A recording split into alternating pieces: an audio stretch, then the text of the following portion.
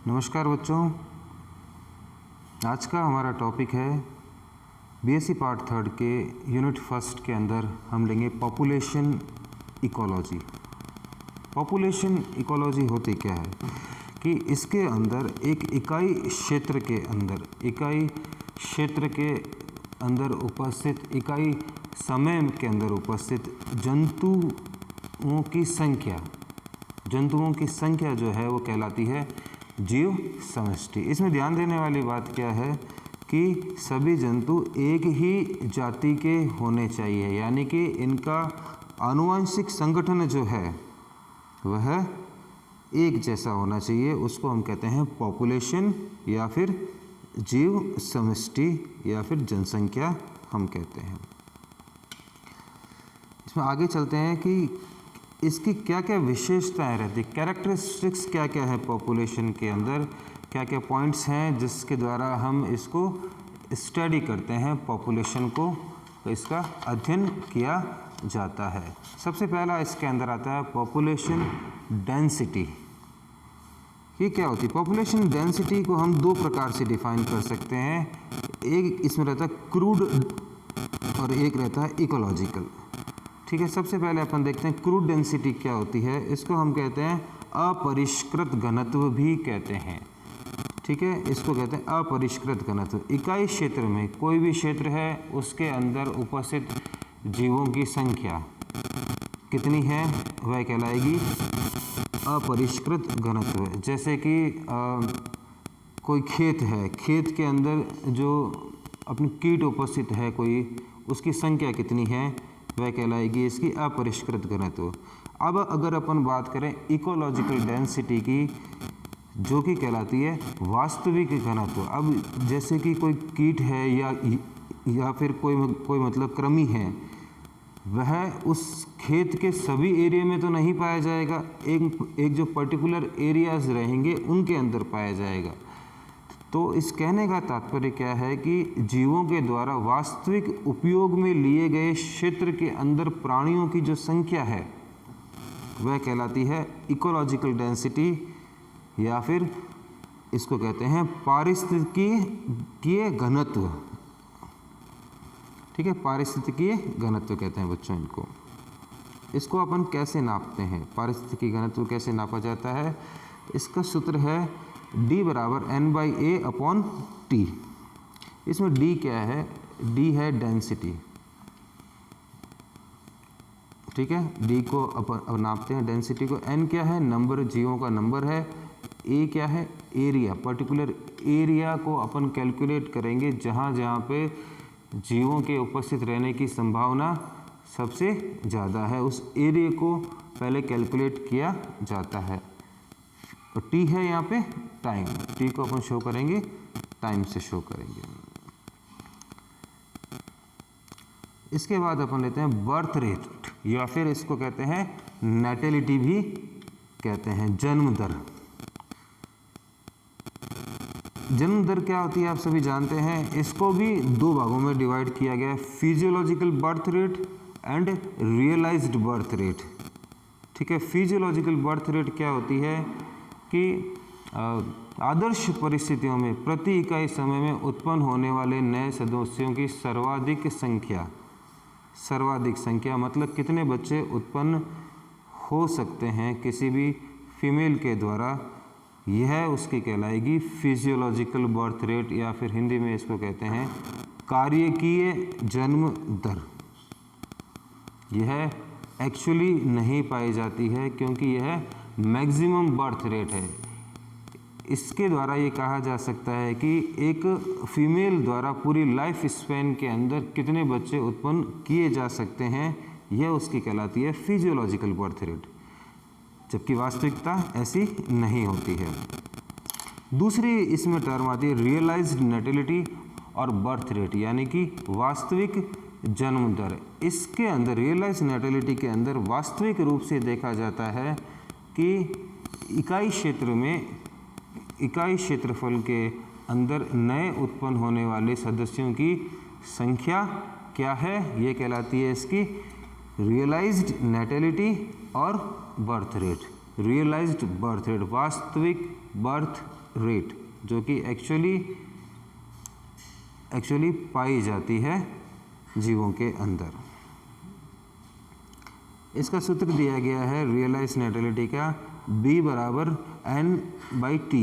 इसमें B क्या है, नेटेलिटी है, N क्या है, नंबर ऑफ इंडिविजुअल एडेड, नए इंडिविजुअल कितने ऐड हुए हैं, और T क्या है, यूनिट ऑफ टाइम है, उस समय के दौरान कितने नए सदस्यों को ऐड किया गया है जनसंख्या के अंदर। तीसरी इसमें टर्म आती है मॉर्टेलिटी। मॉर्टेलिटी यानी मृत्यु दर। इसको भी दो भागों में डिवाइड किया गया है, एक रहता है मिनिमम मॉर्टेलिटी और दूसरा रहता है actual death rate. Minimum mortality से क्या मतलब है, मिनिमम मॉर्टेलिटी उसको कहते हैं जिसके अंदर आदर्श परिस्थितियों में आयु के साथ साथ अगर किसी की डेथ होती है, यानी कि नेचुरल डेथ अगर सभी जीवों के अंदर हो, नेचुरल डेथ हो, वह उसकी कहलाती है, उस जाति की मॉर्टेलिटी कहलाती है नेचुरली, जिसमें कि कोई भी कह सकते हैं कि फिजिकल फैक्टर्स या जैविक कारक उपस्थित ना हो। जबकि दूसरा रहता है एक्चुअल डेथ रेट, जो कि वास्तविकता में पाई जाती है। इस प्रकार की मृत्यु दर में सभी भौतिक कारकों, जैविक कारकों का इफेक्ट उसमें शामिल किया जाता है, वह कहलाती है उसकी वास्तविक मृत्यु दर। इसमें किसी भी प्रकार का मतलब भौतिक कारक हो सकता है, बाढ़ है, भूकंप है, आगजनी है, ठीक है, जैविक कारक कोई भी अपन ले सकते हैं, और उनका जो इफ़ेक्ट शामिल होता है उसके द्वारा जो मृत्यु दर पाई जाती है समुदाय के अंदर, वह उसकी एक्चुअल डेथ रेट कहलाती है, वास्तविक मृत्यु दर कहलाती है। इसको अपन एक चित्र के द्वारा भी समझेंगे बच्चों।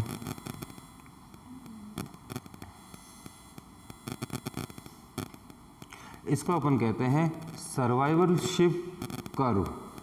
सर्वाइवलशिप कर्व क्या इसको कहते हैं, इसमें अपने पास में 3-4 कर्व दिखाए गए हैं, जिसके द्वारा ये शो किया गया है कि वास्तविक जो है, वास्तविक मृत्यु दर कैसे इसमें पाई जाती है। इसमें एक साइड में लिया गया है एज डिस्ट्रीब्यूशन को, एज, और ऊपर की तरफ लिया गया है सर्वाइवर की संख्या को, सर्वाइवर की संख्या को लिया गया है।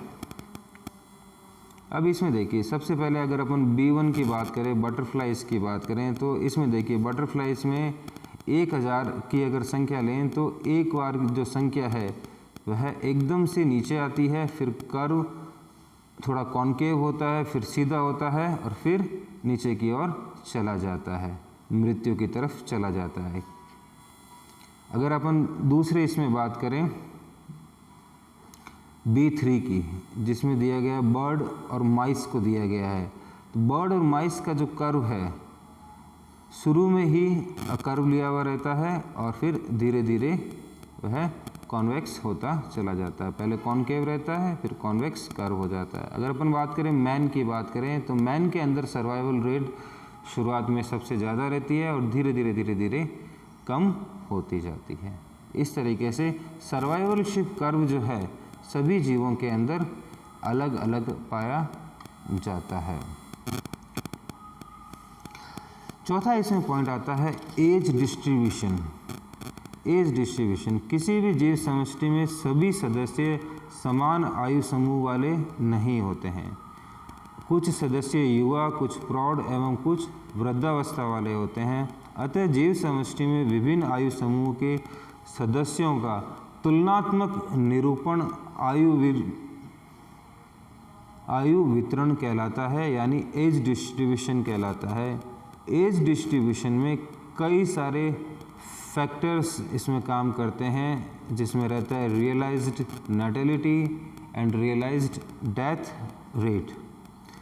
सामान्यतः तीव्रता से वृद्धि की जीव समष्टि के युवा जो सदस्यों की संख्या सर्वाधिक होती है, जबकि अपन कह सकते हैं डेक्लाइनिंग जो पॉपुलेशन रहती है उसके अंदर ओल्ड एज वाले जो सदस्य रहते हैं उनकी संख्या ज़्यादा रहती है। अगर अपन बात करें, इसको 3 भागों में भी जो है डिवाइड किया गया है, एज को डिस्ट्रीब्यूट किया गया है। पहला रहता है प्री रिप्रोडक्टिव एज, यानी कि प्रजनन पूर्व आयु, जो कि होती है 1 से 25 साल की रहती है। फिर आता है रिप्रोडक्टिव एज, यह आयु 25 से 50 साल की रहती है। फिर आता है पोस्ट रिप्रोडक्टिव एज, जो कि 50 से 75 वर्ष की मानी जाती है।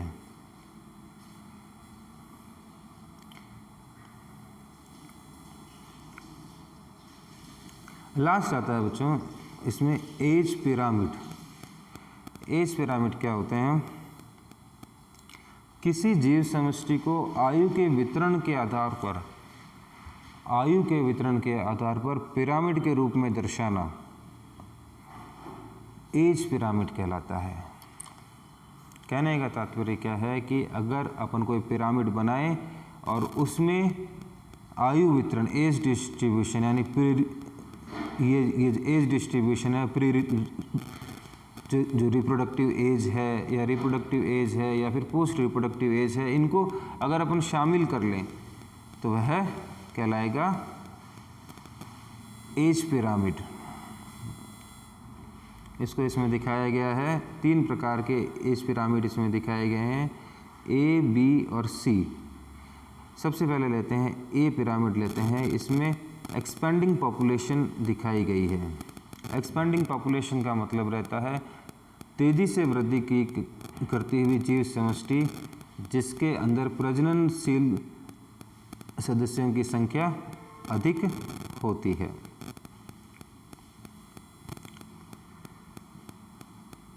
दूसरा दिखाया गया है स्टेबल पॉपुलेशन। इसमें देखिए ये स्टेबल पॉपुलेशन दिखाया गया है।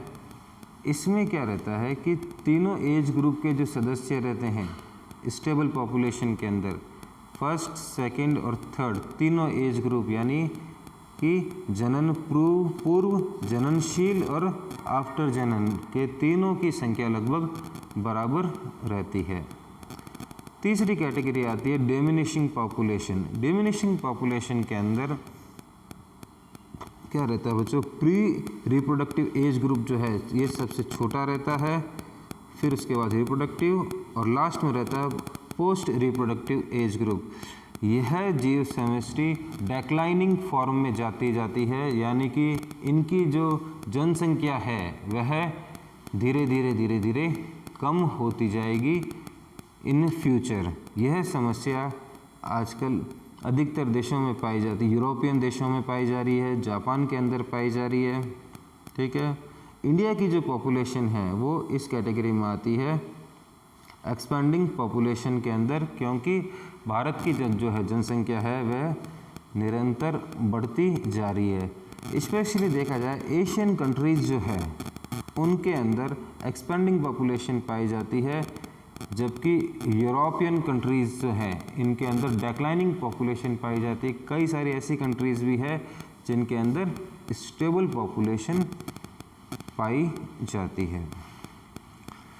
ठीक है बच्चों, अब इस यूनिट को लेके कुछ आपको काम करना है असाइनमेंट के लिए।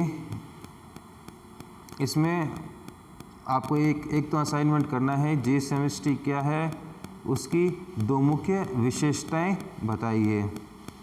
एक ये असाइनमेंट करना है। दूसरा करना है समष्टि घनत्व क्या है, इसको कैसे अपन एक्सेस कर सकते हैं, इसको निर्धारित करने की विधियां बतानी है आपको। ठीक है बच्चों, आज का टॉपिक यही ख़त्म करते हैं हम। उसके बाद हम टॉपिक लेंगे कम्युनिटी इकोलॉजी। धन्यवाद।